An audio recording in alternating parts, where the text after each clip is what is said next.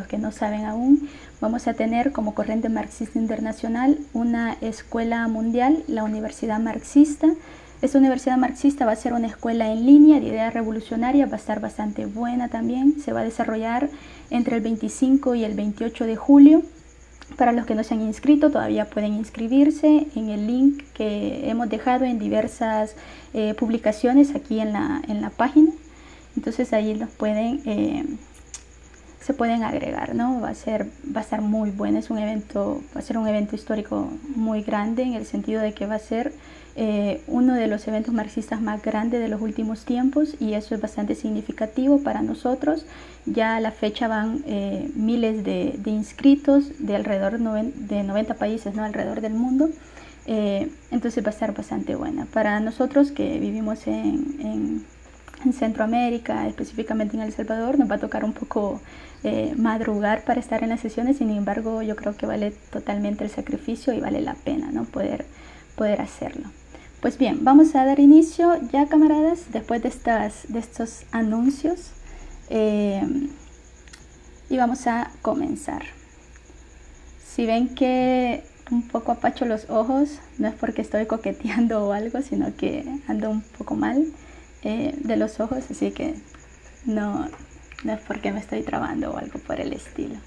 Pues bien, vamos a comenzar con esta cuestión de la corrupción y el capitalismo. Como ya les mencionaba, es un tema bastante interesante y bastante actual, sobre todo porque la pandemia del COVID-19 ha develado, ¿no? Estas cuestiones de manera más gráfica, porque incluso, ¿no?, en medio de una crisis sanitaria tan grande como esto, los casos de corrupción no han parado, al contrario, ¿no?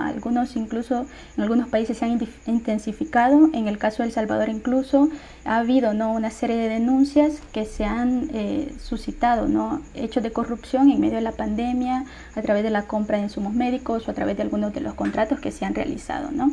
Para comenzar, quiero decir de que hay algunos mitos alrededor, ¿no?, de la corrupción como tal, ¿no? Y se nos dice, por ejemplo, de que la corrupción es un problema únicamente de los países del tercer mundo, ¿no? Que esto solamente nos atañe a estos países en vías de desarrollo, que son problemas, ¿no?, que conciernen a estas democracias nacientes bueno, sí se les llama así, ¿no?, de estas democracias nacientes, estas democracias que apenas se van formando, y que por lo tanto les falta de alguna manera fortalecer las instituciones, porque el fortalecimiento de las instituciones es como la única garantía para eliminar la corrupción, ¿no? Eso se nos ha dicho a lo largo de los años.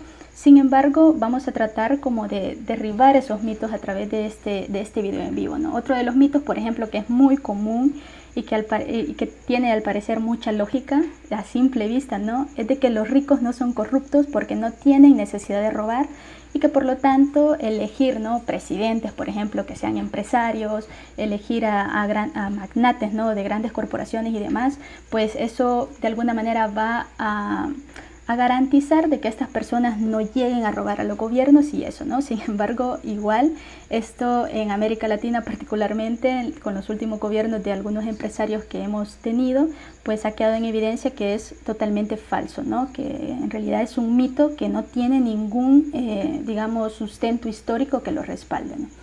Hay que mencionar también que para entender precisamente la historia del capitalismo debemos entender la historia de la corrupción como tal, ¿no? Porque de alguna manera el capitalismo y la corrupción tienen un vínculo muy significativo, ¿no?, que digamos, ha sido transversal en toda la historia del capitalismo, básicamente desde la etapa mercantilista del sistema hasta la etapa colonialista como tal, ¿no?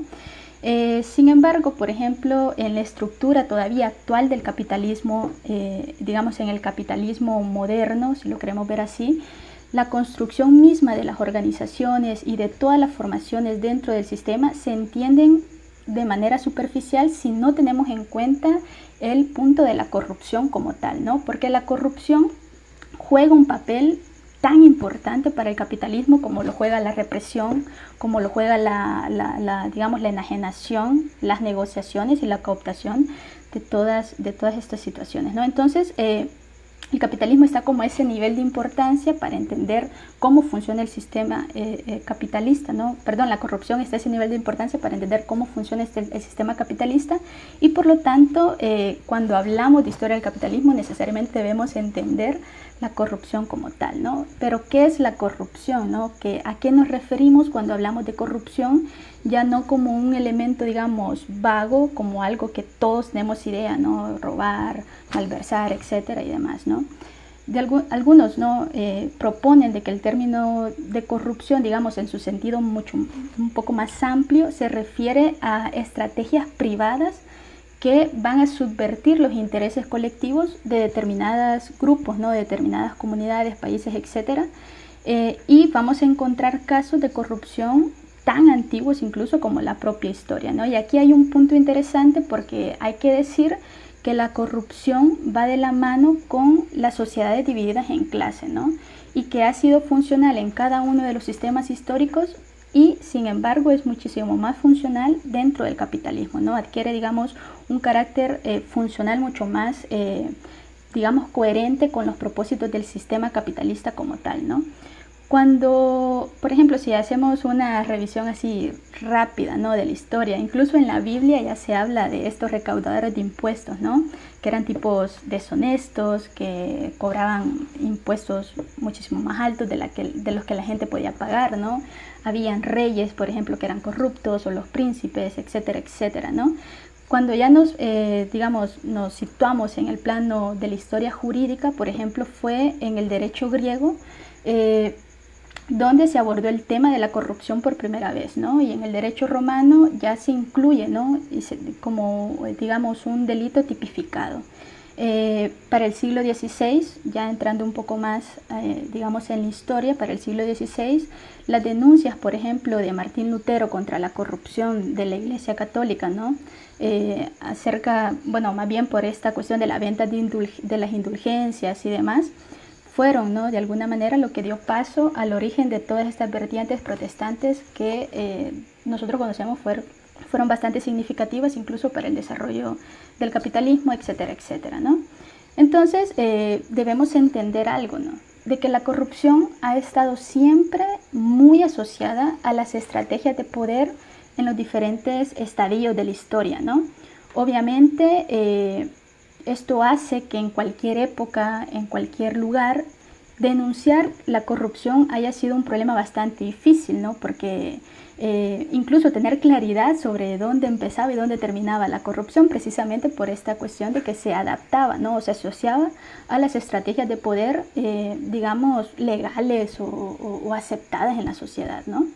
La historia obviamente demuestra con bastantes ejemplos de sobra, ¿no? Que el desarrollo del capitalismo está asociado precisamente a la creación de lazos, digamos, de corrupción entre grupos políticos que, digamos, comandan, ¿no? O están al frente de los estados nacionales, y los grupos privados que tienen el poder económico, ¿no? Esto es, digamos, un secreto a voces que nosotros lo denunciamos, y obviamente estamos en contra de esto, ¿no? Entonces vamos a entender esta situación.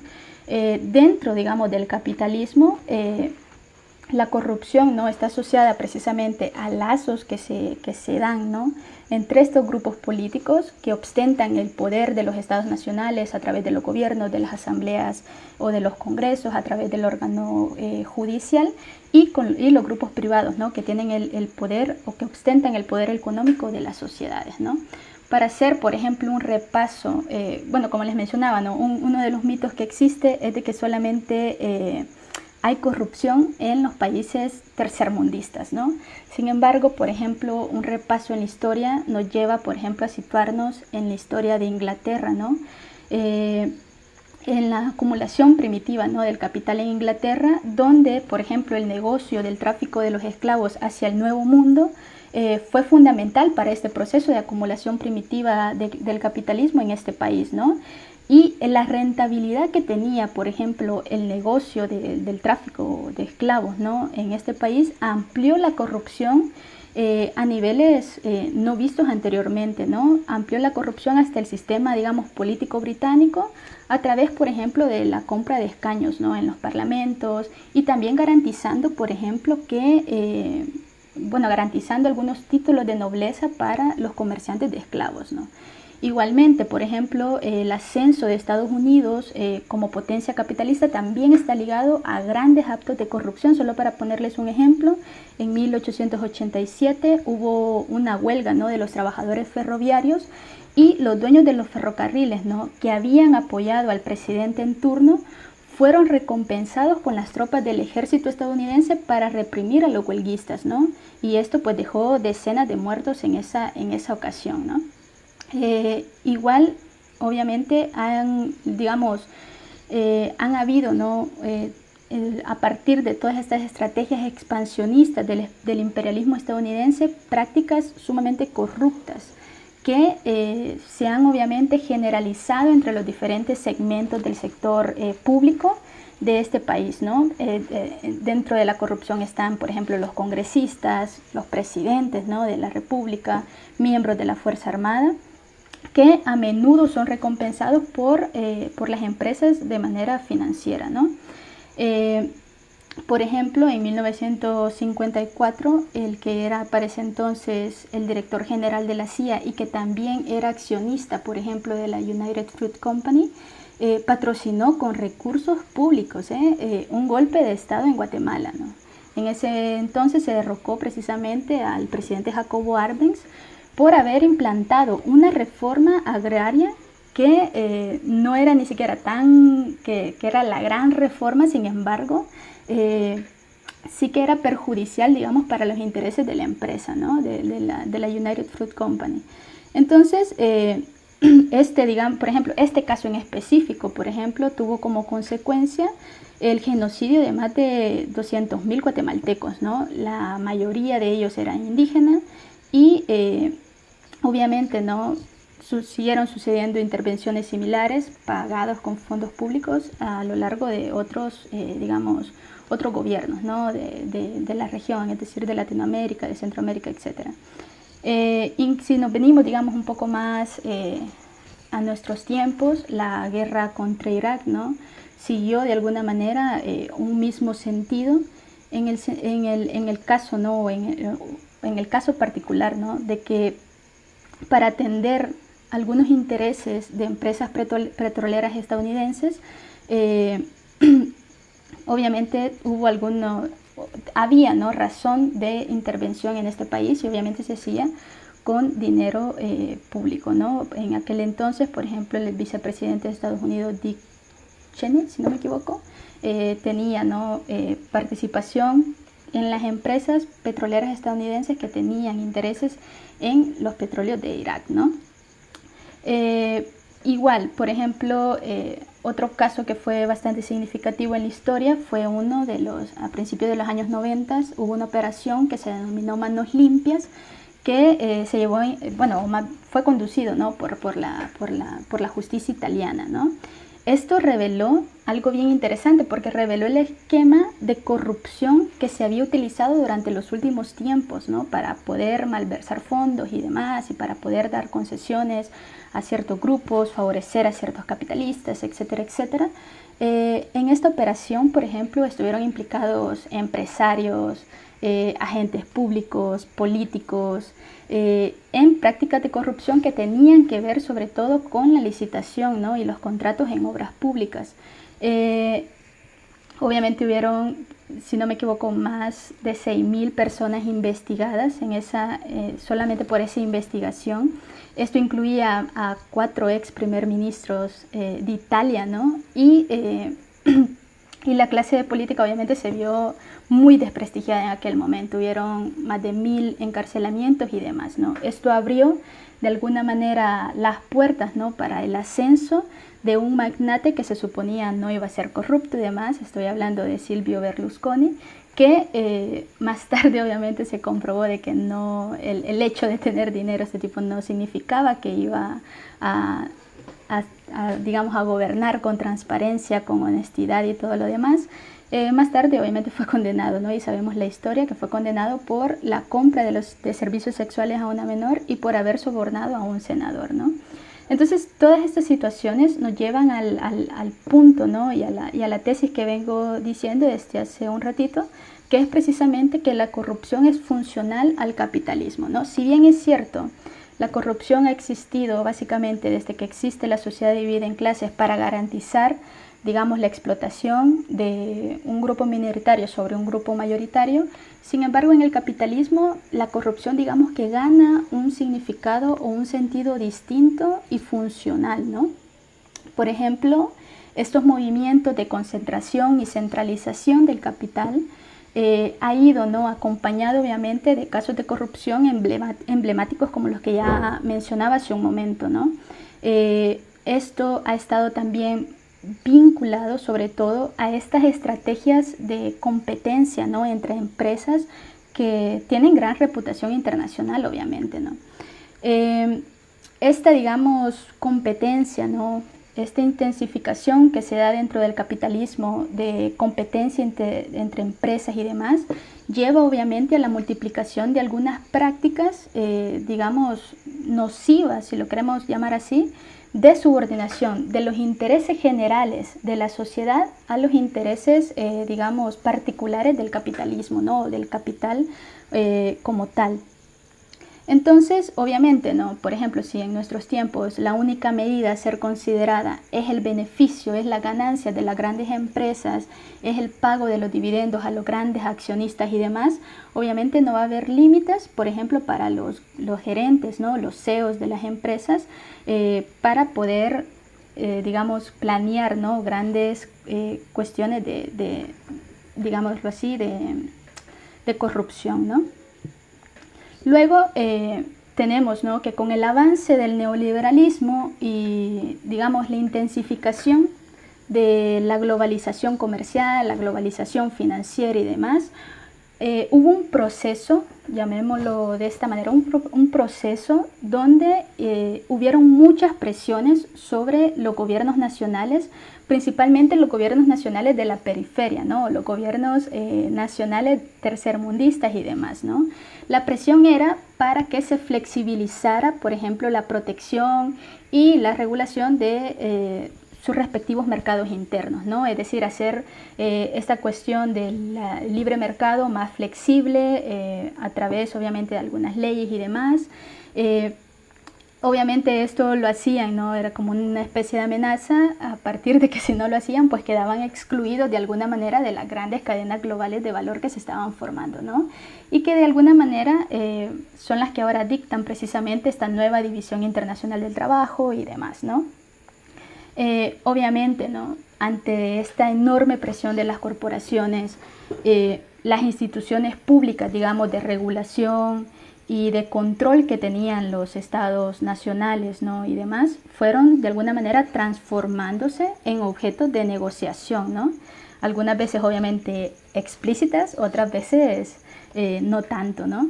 Entonces, por ejemplo, los parlamentos, ¿no?, eran cooptados precisamente por intereses privados, se financiaba obviamente todas las campañas, por ejemplo, para que luego estos congresistas o estos diputados elegidos dieran, digamos, ventajas a ciertos capitalistas dentro de los negocios del Estado y demás.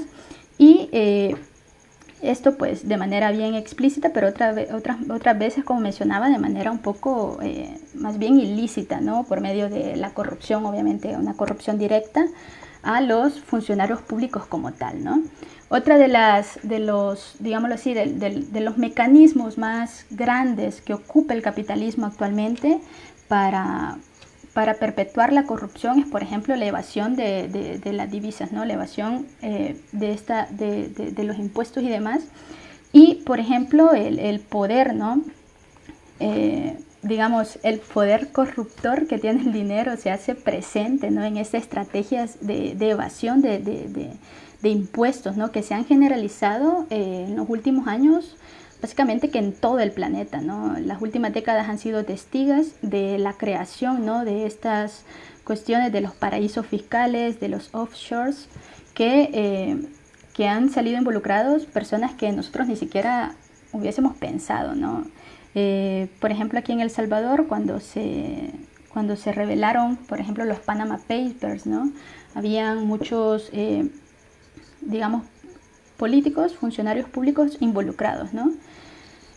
Como les mencionaba, en la pandemia esta situación de la corrupción ha tomado un matiz bien difícil, ¿no? En el sentido de que, al menos en Latinoamérica, se han revelado, ¿no? Casos bien difíciles de corrupción. Difíciles lo digo en el sentido que bien increíbles, ¿no? De cómo se puedan dar tanta corrupción en medio de una pandemia, ¿no? En medio de esta crisis sanitaria que no tiene precedentes, por lo menos en los últimos siglos de la humanidad, ¿no? Hay un artículo del New York Times donde se habla, ¿no? Acerca de precisamente esta pandemia de la corrupción que está aparejada a la pandemia del COVID-19 en América Latina, y menciona algunos casos, por ejemplo el caso de Ecuador, ¿no? Donde la Fiscalía identificó una red, por ejemplo, una red criminal que conspiró con funcionarios de salud para ganar un contrato de venta de bolsas para cadáveres, ¿no? Uno puede decir, bueno, vendieron bolsas para cadáveres y demás, y todo, pero lo vendieron 3 veces mayor a su precio real, ¿no? Como les digo, son a veces casos bien como increíbles en el sentido de que, wow, una cosa tan elemental o tan sencilla, ¿no? Que bueno, que ahora en esta época se vuelve, digamos, vital en el sentido de que funciona, ¿no? para los protocolos de entierro y demás, pero pueda llevar, ¿no? Toda esa carga moral de venderla a un precio, digamos, sumamente elevado, ¿no? Por ejemplo, en Bolivia también, ¿no? Hubo un caso, el ex ministro de Salud boliviano, ¿no? De hecho, ahorita mismo está bajo arresto domiciliario, está esperando un juicio, ¿no? Por casos de corrupción, después de que el Ministerio de Salud pagó a un intermediario, según esta nota del New York Times, millones de dólares por unos ventiladores, por 170 ventiladores, si no me equivoco, que ni siquiera servían, ¿no? Ni siquiera funcionaban correctamente, no tenían no eran funcionales para combatir la pandemia y demás. En Brasil lo mismo, ¿no? Al menos 7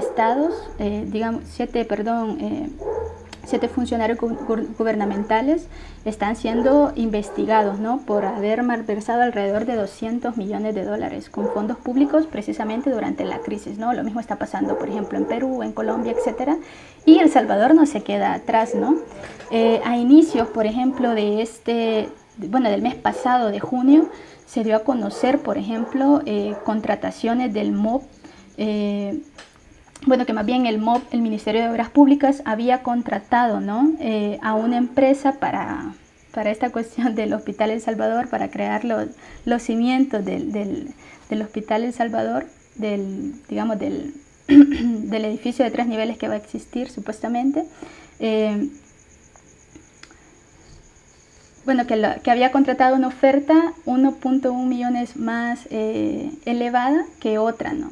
Y nos podemos poner a pensar, ¿no? El gobierno se ha quejado constantemente de que no tiene fondos, de que no tiene recursos, pero a la hora de dar contrataciones, elige la contratación más cara, ¿no? ¿Qué sentido tiene eso? Evidentemente podría ser un misterio, podría ser un sinsentido. Sin embargo, cuando entendemos las formas de corrupción que se dan dentro del capitalismo, fácilmente podemos llegar a la conclusión de que esto se da porque hay intereses, ¿no? De por medio entre los empresarios y los funcionarios públicos, de decir, bueno, tú me das esta contratación a un precio sobrelevado y yo te recompenso también con una comisión muy jugosa, ¿no? De mucha plata de por medio.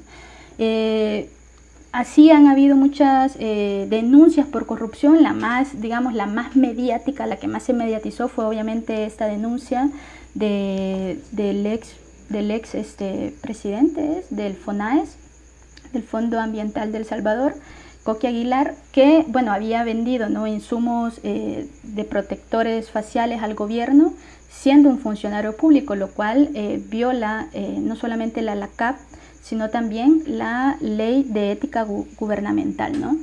Y así se han dado a conocer otros casos, ¿no?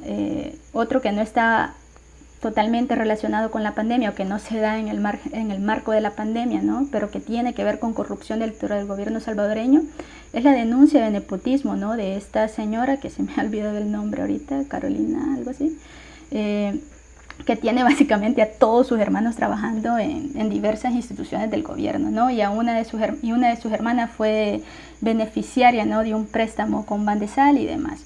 Obviamente el gobierno salvadoreño lo que ha dicho a través del presidente es: no, vean, lo que está pasando es una campaña sucia en nuestra contra. Yo dije en un inicio de que el que se atreviera a robar, pues yo mismo lo metería preso y demás. Sin embargo, eso al parecer ha quedado nada más en palabras, ¿no?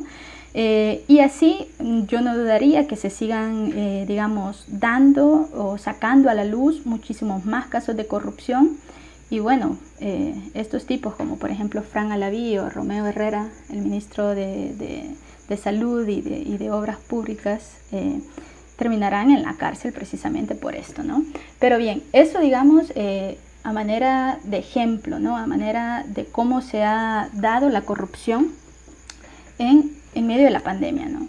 Ahora bien, teóricamente han habido, digamos, hay, digamos, tres formas, digamos, predominantes, por así decirlo, de abordar, ¿no? O de abordar, sí, el tema de la corrupción, ¿no? Tres, digamos, abordajes distintos que tratan de explicar por qué existe corrupción, por qué se da la corrupción, cuál es el sentido que tiene, y a través de esos diversos abordajes también proponen soluciones, ¿no? Uno de ellos, por ejemplo, es la posición clásica o la oposición revisionista, ¿no? Esta posición delimita, ¿no?, la corrupción a la práctica, digamos, dentro de los márgenes políticos administrativos, ¿no?, de las instituciones del Estado. Entonces, para ellos, por ejemplo, una conducta, digámoslo así, es corrupta cuando se desvía de las obligaciones que tienen los funcionarios, las obligaciones normales, ¿no?, precisamente de la función pública, en busca de satisfacer algunos intereses privados, ¿no? Entonces, digamos, es como la visión clásica, ¿no? La visión revisionista, de ver a la corrupción como delimitada simplemente a este ámbito de lo político-administrativo, ¿no? Que todo lo que se salga de lo normal de esta función pública pues va a ser corrupción, ¿no? Estamos hablando de cuando se violan obviamente las reglas contra el ejercicio de ciertas modalidades, ¿no?, de influencia privada para otorgar contratos, para otorgar algunos beneficios, etcétera, etcétera. Esta visión, digamos, clásica o revisionista de la corrupción incluye, por ejemplo, conductas como el soborno, ¿no? Por ejemplo, esta cuestión de dar algunas recompensas con el fin de tratar de que un juicio, de que un negocio gire a mi favor, etcétera, etcétera, a una persona que está en una posición de poder y que sea de mi confianza, ¿no? También aquí entra la cuestión del nepotismo, lo que hablábamos con esta señora Carolina, se me olvida el nombre, pero creo que se llama Carolina, que tiene a estos sus hermanos, ¿no?, trabajando en puestos de gobierno. También, por ejemplo, o más bien entra también en esta visión el uso indebido, obviamente, de los recursos, ¿no? Es decir, la apropiación ilegal de recursos públicos para beneficio privado. También hay que mencionar de que esta visión clásica, esta visión que simplemente se enmarca en comprender la corrupción en estos marcos legales, por así decirlo, es una perspectiva sumamente simplista, ¿no?, que de alguna manera implica que nosotros veamos el problema de la corrupción como algo aislado, ¿no?, como algo desconectado de todo el juego político, social, económico que se da dentro del sistema capitalista, ¿no? Es decir, como algo aislado que en realidad no va a las bases de cuestionar o criticar el modo de producción capitalista como tal, ¿no? Y cómo la corrupción es funcional a este sistema. Entonces, desde esta óptica, por ejemplo, se culpa a los individuos, ¿no? Se culpa o sí, se culpa a los individuos o a algún grupo en particular de carecer de valores, de carecer de moral, de carecer de ética, ¿no? Que tienen una conducta desviada, alientan aquellas visiones de decir que esto pertenece a la naturaleza humana y que por lo tanto siempre va a ser así y demás, ¿no? Nos lleva además a pensar esta situación de creer de que siempre va a haber corrupción porque siempre van a haber personas deshonestas, etcétera, etcétera, etcétera. Básicamente, como les mencionaba, es una visión bastante simplista que puede o que tiene también implicaciones muy, digámoslo así, muy, de alguna manera desconsuela, ¿no? Porque básicamente te dicen no hay solución, siempre va a existir esta onda. Entonces, los defensores, obviamente, de esta corriente dan, o de esta visión más bien simplista de ver la corrupción, dan soluciones también sumamente simplistas y bien elementales, ¿no? Las soluciones que ellos ofrecen es, por ejemplo, la cuestión de los controles institucionales, lo que mencionaba al inicio, ¿no? El fortalecer las instituciones, por ejemplo, los órganos contralores, endurecer las leyes penales, las condenas también, crear, ¿no? leyes de acceso a la información pública y demás, y toda esa situación. Entonces, de alguna manera asumen que solamente fortaleciendo las instituciones se puede acabar con la corrupción y son partidarios constitucionales de crear, ¿no? todas estas instituciones que supuestamente van a garantizar que no exista corrupción dentro del sistema capitalista y esto, ¿no? Entonces, igual dicen esto de que debe haber una libertad de prensa muy bien garantizada, ¿no? Que sea una libertad de prensa que permita fiscalizar el poder, etcétera, etcétera. También mencionan, ¿no? sobre la independencia del órgano judicial, con esta visión clásica, ¿no? de la separación de poderes, los pesos y contrapesos y demás, y que supuestamente mientras este sistema se va refinando muchísimo más, pues se acaba, ¿no? o de alguna manera se regulan los índices de corrupción, ¿no? al menos disminuyen. Sin embargo, vemos de que esto más bien es una ilusión, ¿no? No es algo cierto. De hecho, por ejemplo, en democracias tan fuertes, ¿no? como ya lo mencionábamos, Estados Unidos o la misma Inglaterra o Italia, ¿no? E incluso en estas democracias que tienen mecanismos muy refinados de control, el capitalismo se las ingenia, ¿no? para poder ser corrupto en estos países, ¿no? Y esto no es nada sorprendente, al menos para nosotros los marxistas no es nada sorprendente, ¿no? Porque entendemos la naturaleza del Estado, porque entendemos que el Estado no está para defender, digámoslo así, los intereses de todos en general, ¿no? De todos los seres humanos que habitan una nación, etcétera. No, el Estado está para defender los intereses particulares de la clase dominante, de la clase burguesa, ¿no? Y Marx incluso en un texto tan básico para nosotros los marxistas, ¿no? como el Manifiesto Comunista, ya mencionaba que, por ejemplo, en última instancia los funcionarios, los funcionarios de los diferentes gobiernos eran nada más personas que administraban los negocios comunes de la burguesía, ¿no? Entonces, para nosotros no es nada sorprendente. Otra, aparte de esta visión simplista que ya mencionaba, ¿no? que va enfocado a lo individual, a dar soluciones institucionalistas y demás, hay otra visión que es la posición, de alguna manera, neoliberal, ¿no?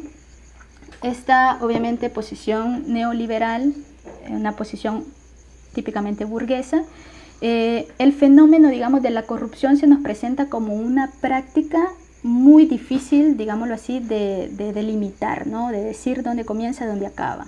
Se vea como algo muy difuso, como muy relativo a la hora de quererlo definir, porque aborda grandes, digamos, matices ideológicos, digamos, excluyentes, propagandísticos y de control, y tiene como objetivo, obviamente, esta visión neoliberal, desmontar el Estado regulador como tal, ¿no? Entonces, toda esta, digamos, con la aplicación en la historia, ¿no? en los países, más bien en el mundo de este modelo neoliberal, hay, digamos, una creciente preocupación por supuestamente denunciar la corrupción, ¿no? Por ejemplo, desde la década de 1980 hubo una proliferación muy grande alrededor del mundo, ¿no? de expertos en corrupción, de ONGs contra la corrupción. Esta ONG famosa, por ejemplo, Transparencia Internacional, que muchos de ellos, por ejemplo, fueron respaldados por el Banco Mundial, por las Naciones Unidas y por los gobiernos imperialistas, ¿no? Es decir, estaban financiados precisamente por estos organismos que sirven como base para la corrupción en los diversos estados nacionales, ¿no?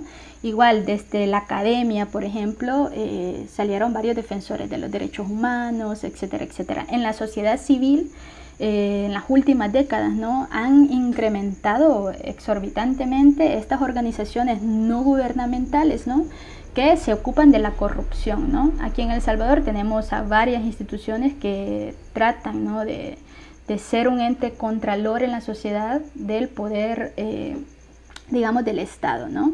Entonces, igual en los aparatos estatales, ¿no?, en todas las instituciones del Estado surgieron, ¿no?, o han surgido en las últimas décadas destacados diputados, ¿no?, que luchan contra la corrupción, fiscales que persiguen, jueces que condenan, ¿no?, todos estos actos de corrupción y demás. Y obviamente, ¿no?, todo esto ocurre con el beneplácito de aquellos que dicen, ¿no?, que la corrupción es atribuible a los delincuentes, ¿no? Entonces, obviamente, esto tiene como finalidad, digámoslo así, el hecho de exacerbar estos valores, ¿no?, e intereses aparentemente universales, como la democracia, la legalidad, el libre mercado, ¿no?, que de alguna manera, pues, incluso se ha ocupado en contra de la misma izquierda como tal, ¿no? Obviamente, dentro de esta misma lógica, ¿no?, ha habido toda esta serie de, como les mencionaba, esta serie de instituciones que se han formado en las últimas décadas y, digamos, los centros hegemónicos del capitalismo mundial a través de sus instrumentos políticos, a través de sus elementos ideológicos, propagandísticos y demás, han creado, ¿no? Estaba hablando, por ejemplo, de la ONU, la OEA, Transparencia Internacional, etcétera, que básicamente están aliados con la burguesía corrupta, ¿no? Estas instituciones, como les mencionaba, obviamente enjuician, de alguna manera derrocan incluso gobiernos corruptos, ¿no?, de la periferia, de los países periféricos, si lo queremos ver así, y a la misma vez descalifican a los rebeldes o a los que van en contra de sus designios, ¿no?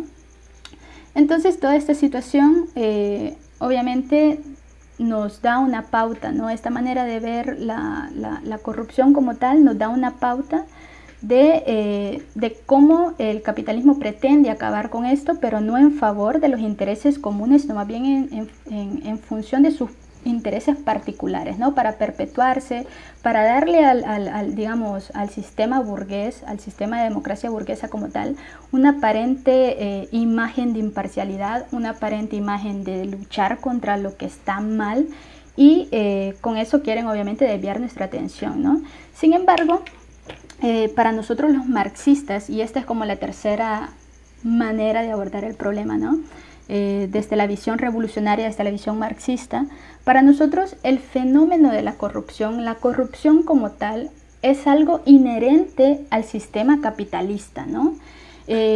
Bueno, yo ya explicaba, por ejemplo, cómo desde el mismo momento en que el capitalismo mercantilista, ¿no?, comienza a formarse, había, ¿no?, digamos, actos de corrupción como tal a partir, por ejemplo, obviamente en el proceso de acumulación originaria, ¿no?, a partir del robo, a partir del despojo, a partir del fraude, ¿no?, que fueron prácticas de las que se valió la burguesía emergente para obtener todos los medios y todos los recursos de los que goza actualmente y establecerse, ¿no?, para desarrollar obviamente el capitalismo, ¿no?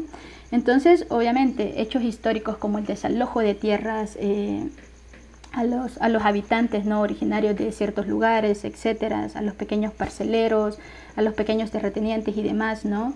Incluso la misma, digamos, explotación del continente americano, ¿no?, cuando fue descubierto y toda esta cuestión, entra, ¿no?, en todo estos actos corruptos que están en la base del mismo sistema capitalista, ¿no?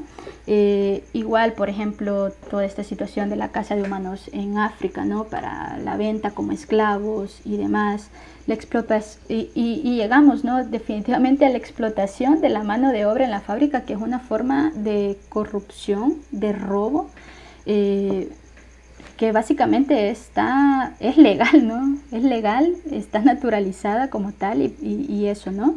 Sin embargo, obviamente todos estos mecanismos, ¿no? De apropiación de riquezas, más bien todos estos mecanismos de apropiación de espacios, de explotación de la mano de obra estaban enfocados a la apropiación o la obtención de riqueza, ¿no? De alguna manera, por ejemplo, Marx en El Capital explica, ¿no? Cómo dentro del apogeo del sistema capitalista, de la propia producción, es decir, en el seno de la propia producción capitalista, está la base, ¿no? De la propia corrupción, en el sentido de que la corrupción dentro de la producción se materializa a partir de la explotación y el robo en contra de la clase trabajadora, que se ve obligada a vender la única mercancía de la cual dispone, ¿no? Estamos hablando de su fuerza de trabajo. Entonces, por antonomasia, si en el seno del capitalismo, ¿no? Si en el seno de la base productiva misma existe corrupción, no debe extrañarnos que exista corrupción en los procesos de circulación de las mercancías, ¿no? En el proceso de circulación del capital que se genera a partir de todo esto, ¿no? Nosotros como marxistas entendemos, por ejemplo, de que la jornada laboral se divide en dos partes, ¿no? Una parte que es la que sirve para que el trabajador pueda producir, digamos, la riqueza equivalente a lo que él necesita para vivir, y otra parte que básicamente es el sobretrabajo o la plusvalía que se genera a partir de las horas extras trabajadas, que se dan en beneficio nada más de la riqueza de los capitalistas, ¿no? Entonces esto es bastante interesante al final, porque la visión marxista abre la cabeza en el sentido de decir, vean, no se trata de un cambio de gobierno, no se trata de que hayan personas buenas u honestas, ¿no? Es que el sistema capitalista desde su base es corrupto, y por lo tanto la alternativa, ¿no? Que tenemos para cambiar esta situación, obviamente, es derrocar este sistema como tal, ¿no? Muchos, como les mencionaba, llevan el ámbito, llevan digamos, ¿cómo se llama? La cuestión de la corrupción la llevan al ámbito puramente individual, ¿no? Yo creería de que a la hora de analizar la corrupción, el papel que juegan los individuos no puede quedar afuera, ¿no? Claramente juegan un papel, digamos, clave en estos procesos de corrupción, ¿no? De hecho, como ideología dominante, por ejemplo, el capitalismo promueve el individualismo, ¿no? Y este individualismo está obviamente fundamentado, ¿no? En la propiedad individual de la riqueza como tal, ¿no? Claro que esto juega un rol, digamos, muy decisivo, ¿no? A la hora de hablar de corrupción. ¿Por qué? Porque, bueno, incita a los seres humanos a buscar riqueza, ¿no? A buscar la obtención de bienes, ¿no? A buscar el hecho de cada vez tener más y más. Y obviamente esa búsqueda de riqueza se va a hacer por todos los medios posibles, ¿no? Sean estos legales o sean ilegales, ¿no? Entonces, cuando hablamos, por ejemplo, de propiedad individual, cuando hablamos de individualismo y cuando hablamos de corrupción, básicamente estas tres cosas forman una unidad inseparable, ¿no? Para entender cómo operan estos mecanismos de corrupción como tal, ¿no? Entonces, como ya les mencionaba, el capitalismo básicamente es un sistema de economía, digámoslo así, basado precisamente en la expropiación, ¿no? En la expropiación de la riqueza que los trabajadores producen y por la cual no reciben ninguna remuneración como tal, ¿no? Obviamente es necesario decirlo acá, que para acabar con esto no basta con esta cuestión de las convenciones internacionales contra la corrupción. Bueno, anualmente se escriben decenas de informes, decenas de libros, ¿no? Que atacan el problema de la corrupción. Unos lo hacen desde el ámbito moral, otros lo hacen desde el ámbito legal, etcétera, etcétera. Sin embargo, otros obviamente lo hacen desde el ámbito jurídico, ¿no? A partir de la cuestión de endurecer más y más las leyes y demás. Sin embargo, obviamente no es creando todo este aparataje y todos estos organismos, ¿no?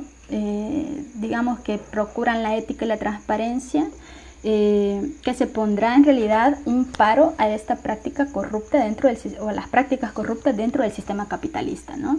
De ser así, pues ya viviríamos en un paraíso sin corrupción, ¿no? Hay tantas que no nos alcanzaría, digamos, los dedos de las manos a 10 personas para nombrarlas, que existen incluso solo en Centroamérica, por poner un ejemplo, ¿no? Entonces, para acabar en realidad con la corrupción, no nos podemos quedar a crear instituciones dentro del margen, digamos, del capitalismo, ¿no? Para comenzar a acabar precisamente con la corrupción, hay que superar estas situaciones, ¿no? Hay que acabar con este modo de producción, con este sistema como tal, para que precisamente no exista, ¿no? Entonces, obviamente no debemos caer, como ya mencionaba antes, en esa trampa que nos quiere presentar al Estado como algo neutral, ¿no? Como algo que está para defender los intereses de todos. Obviamente no es así. El Estado existe, ¿no? Por la razón de que existe una clase dominante y una clase dominada. Y en este caso, desde su mismo cimiento, pues el Estado burgués es un Estado corrupto como tal, casi que por naturaleza, ¿no? Ahora bien, si nos vamos un poco más a cuestiones más específicas, la corrupción dentro del sistema capitalista también es funcional en el sentido de que a partir de ella logra, ¿no? Ganar o cooptar a ciertos líderes del mismo pueblo, ¿no? A dirigentes sindicales, a funcionarios de izquierda, etcétera, etcétera, que de alguna manera pues les son, digamos, contrarios a los intereses que el capitalismo defiende, ¿no? Y que pueden representar en algún momento una piedra en el zapato para lograr sus objetivos, ¿no? Y en ese sentido, pues obviamente tratan, ¿no? De comprar a través de algunos sobornos, a través de dar algunas regalías, etcétera, a dirigentes del mismo pueblo, ¿no? Y esto pues lo hemos visto a lo largo de la historia, lastimosamente. Entonces, bien, regresando un poco a lo que había mencionado antes, hemos visto que la corrupción ha existido tanto en el proceso de acumulación primitiva del capitalismo, pero también ha existido en el proceso de acumulación ampliada del capitalismo, es decir, en el capitalismo moderno, si lo queremos ver así, ¿no? Como ya se mencionaba, ¿no? A partir de todo este robo de tierras, etcétera, etcétera, pues obviamente el capital se ha hecho o los capitalistas se han hecho de un capital, de una riqueza muy grande que ocupan en beneficio de acumular más y más y más poder, ¿no? Ahora bien, si nosotros como marxistas entendemos que no hay solución, digamos, viable a la corrupción dentro de los márgenes del capitalismo, pues ¿cuál es nuestra propuesta, no? Porque al final nosotros como marxistas no nos conformamos con entender el proceso, ¿no? No nos conformamos con saber que, sí, existe corrupción porque el capitalismo funciona de tal manera y nos quedamos ahí, ¿no? Claramente no es esa nuestro objetivo, no es esa nuestra pila, nuestras intenciones, sino que más bien es ir al fondo, ¿no? Y proponer además alternativas claras, ¿no? Y para nosotros lo único que puede garantizar el hecho de acabar con la corrupción es la instauración de gobiernos de los trabajadores, ¿no? Gobiernos democráticos de los trabajadores mismos. Esto en última instancia, digamos, es la lucha, ¿no? Que comienza o que nosotros tenemos más bien como revolucionarios, el hecho de que los trabajadores mismos sean los gobernantes de sus propias vidas, ¿no? Y bueno, ¿cómo se llama? En la historia ha habido un gobierno, ¿no? El gobierno, más bien un gobierno obrero que fue el gobierno en Rusia, ¿no? El gobierno de los obreros en Rusia, el gobierno de los trabajadores.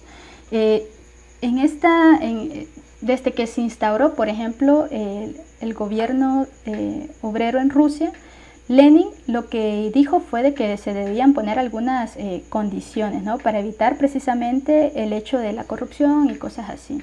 Y uno de ellos, por ejemplo, era precisamente acabar con los privilegios, ¿no? De los funcionarios que ostentaban, por ejemplo, salarios muy altos, ¿no?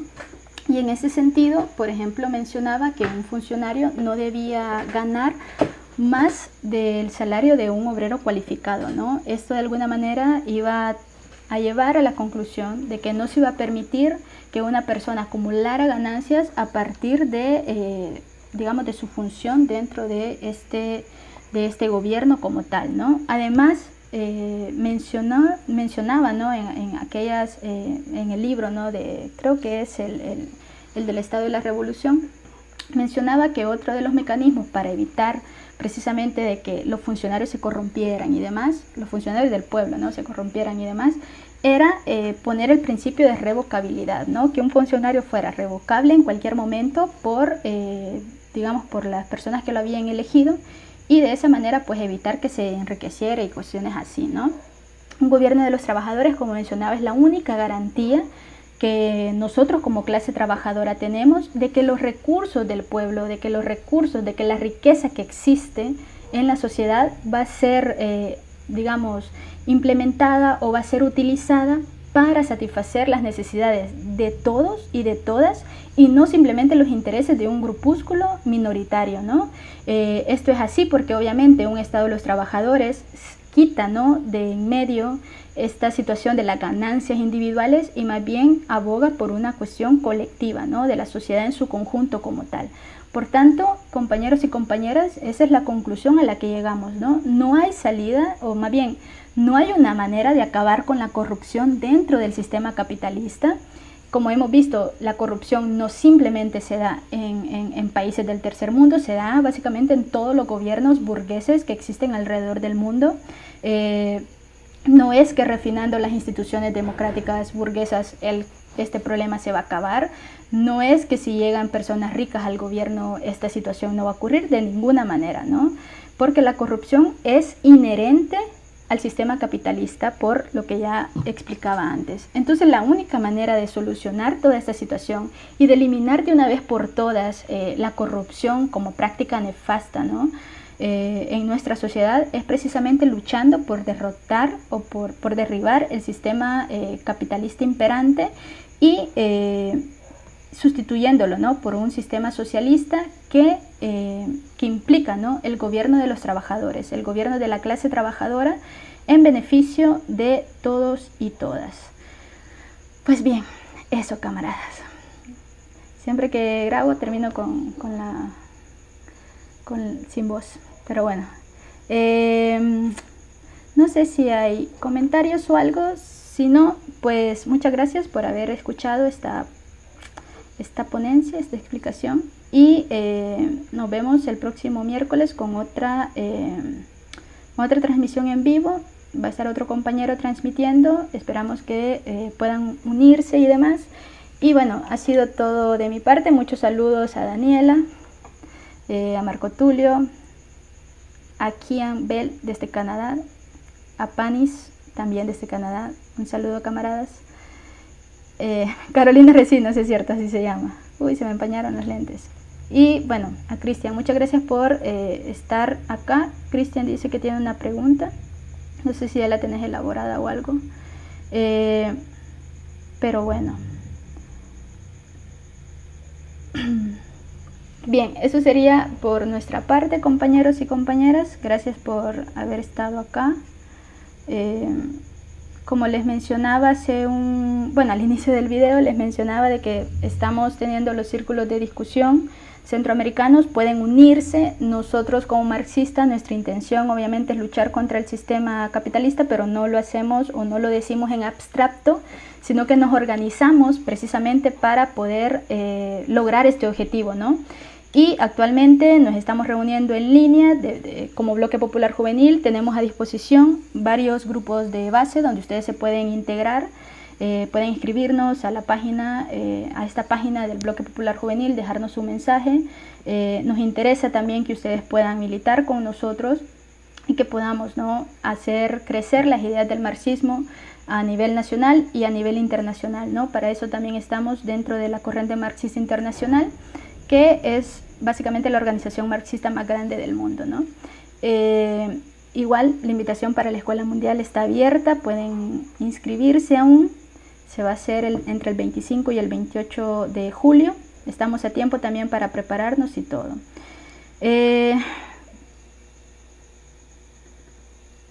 bueno, Cristian dice, ¿cuál es la propuesta para derrocar el sistema capitalista? Pues bueno, eso, ¿no? Luchar por la revolución socialista. Y dice la compañera, ¿cómo instaurar este gobierno? Entiendo que el gobierno de los trabajadores, ¿no? Hay un video que yo grabé hace unas semanas sobre el Estado obrero y el Estado capitalista. Al finalizar esta transmisión se los voy a dejar por ahí para que lo puedan checar, y ahí pues abordo esta situación. Muchas gracias de nuevo, nos vemos, hasta la próxima, adiós.